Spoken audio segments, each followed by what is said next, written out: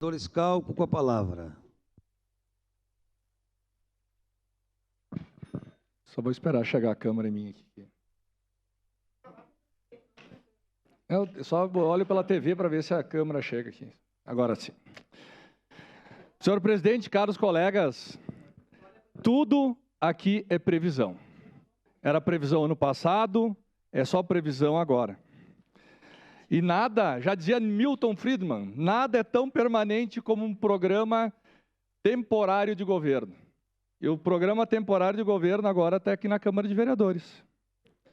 Eu me lembro que o ano passado fizemos um acordo de líderes aqui, em que todos nos reunimos para a criação de forma temporária, eu me lembro muito bem, de um CC6, que era para, enquanto uma servidora gestante saísse, esse CC cumpria as suas funções, assim que ela retornasse, o CC não ia mais ser nomeado ninguém e provavelmente ia ser extinto o cargo. Porém, não é o que aconteceu. Não é o que aconteceu.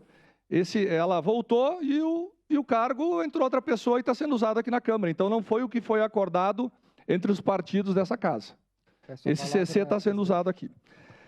Então, como tem o risco de passar essa emenda aditiva aqui, eu propus um destaque.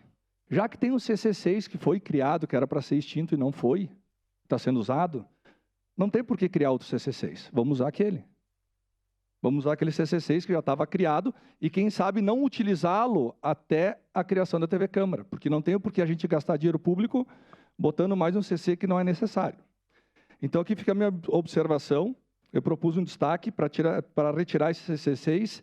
Ainda acho que tem que ser terceirizado, sim, o serviço da Câmara, mas para minimizar o gasto público, vamos fazer esse destaque, votar a favor do destaque e retirar essa nomeação de mais um CC6, que deveria ter sido extinto ainda quando a presidência da Câmara era do PT e a vereadora Denise, quando vereadora, a pessoa voltou, ela não nomeou ninguém, ela deixou sem nomear, e agora foi renomeado. Então, fica aqui a minha observação para que seja não criado mais um CC6, mas sim utilizado ele. Muito obrigado. Obrigado.